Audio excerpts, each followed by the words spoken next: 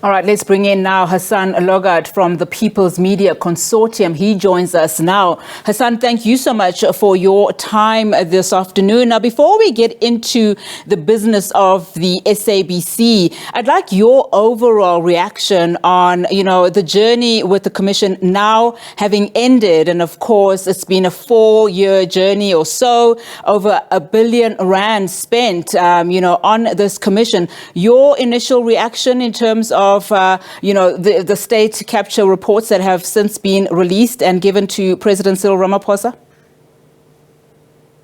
I think that it could become spent and that follows after it. We also, as we will discuss, we spend time on looking on the detail of so-and-so must be investigated, this money must be recovered. But we don't discuss enough how we as a broader community have allowed the culture of accountability to slip. When there was no money in fighting the good fight against apartheid, there was a lot more ethical leadership. Now it looks like leadership can be bought for a dime or a few dollars. So clearly, I really think that the proof of this report, I don't want to diss the report, but the proof is whether those found guilty can be brought to book, but we as a community can learn the lessons. Because if you look at the SABC, as we will discuss, I'm not so sure whether there's a real culture shift from the time of Motsoeneng, that our journalists now having to be more compliant to the current regime or administration or its board, or fearing the minister. That freedom that we had at the turn of 94 in media and others is a clear freedom that we should have bottled up and used again. So I'm saying to you, when your head of news gets fired after some allegations that maybe she put the ruling party in bad light, what is that? Is that a state capture thing? Or are we not learning the lessons from the Gupta years, the bad Gupta years?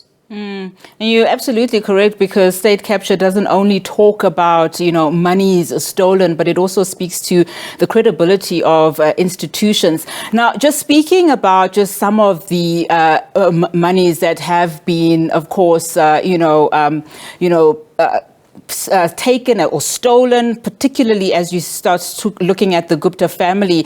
The deal between the SABC and TNA costed the public broadcaster, millions of rands, of which the Commission, of course, said that these should be recovered from any of the assets, belonging to TNA or those held by members of the Gupta family. But of course, we know that, some of those members have left the country, etc. But how does the SABC then begin to, recover the money, considering the fact that the new age, for one, is no more?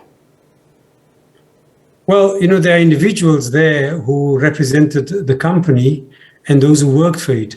They talk about in the Zondo Commission that 4.2 million, excluding VAT, needs to be recovered for those breakfasts. But clearly, the breakfast was not run by Atul or his brother only. There were a whole lot of other people. So we're asking for a deeper conversation. What is the nature of the relationship between a ruling party and the public broadcaster, right? The Commission recommends that 11 million of the success fees be paid to Claudine Motsoeneng, right? What are the lessons that we learn about these practices? Do they continue until someone falls out of favor, or have they stopped? Where's the conversation inside the SABC? People went to the portfolio committee. How much is the portfolio committee being involved in trying to re-educate? I know the word doesn't sound good, but have a conversation about what is a democratic practice. How much of interference is there currently inside the SABC? It's those kind of conversations that I'm interested in, that the Gupta TV saga that Rajesh Sundaram so eloquently spoke about in his book. We need to learn the lessons so that it is saved for future generations. What does the SABC do after the robbery? What do? They retrench 600 odd employees, right? Has it helped? Whose agenda was that? Clearly we simply went on to some woman fancy that will balance the books. Have we made the public broadcaster better, right? Now we are facing the digital migration, which has been going on for 15 odd years, not done properly. So the problems of the Gupta years must be a lesson of what we've done wrong since, but also before, so that we can have a democratic relationship. The SABC is a public broadcaster. Sometimes when it's under pressure, it operates as a state broadcaster. These things are wrong, and we need to say it, and there should be a national conversation, more than following the rands. 44.2 million is nothing. 11 million is nothing. We need to get it back, of course. But the Auditor General talks about millions and billions being robbed and mismanaged. We need to have a deeper conversation using this report as a starting point, but not the end. Of course, you raise very valid points, especially as it speaks to ethical leadership. Of course, during the Commission of Inquiry, during the oral hearings, the question of ethical or unethical journalism, came out. How important is credibility in the media space, especially in the advancement of truth and transparency? And I'd like you to hone in there, particularly on the public broadcaster. One of the recommendations that Zondo makes on the evidence of Mr. Makatini, right, the depolitization parameters, renewal, rehabilitation, strengthening of governance systems. He says also appointing competent and credible executives with the requisite skills, right? Clearly, what is the role of a board, for example? Their role is not to interfere, is to make sure that the governance of the fiduciary relationship, of the monies, of how people are trained, and that happens. But it looks like people are not allowed to do their work. And I ask your question here on this station, what happened to Patiswa? What did she do wrong that she to be in the street today fighting it? We don't know what it is because it seemed as a slap suit against what the grievances were that she took out. Why is the SABC not a facilitator of these public discussions? It used to be. We have moments of these, but it seems that it ups and flows.